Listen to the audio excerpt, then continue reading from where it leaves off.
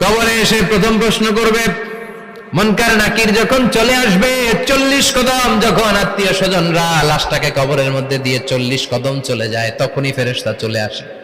আহা, শেষ, সব শেষ। এসেই পরীক্ষা শুরু। মার রব্বুক, তোর রবের নাম কি? চিল্লায় বলেন, আমাদের রবের নাম কি? আমরা বলবো রব্বি আল্লাহ, আল্লাহ আমারে রব। দমে দমে তনু মনে তারি অনুভব। পড়েন, আল্লাহ আমারে রব।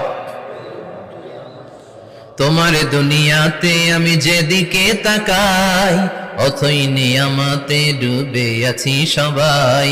পাখপাখালির গানে শুনি তাসবিহ কলো রব, তাসবিহ কলো রব, আল্লাহ আমারে রব।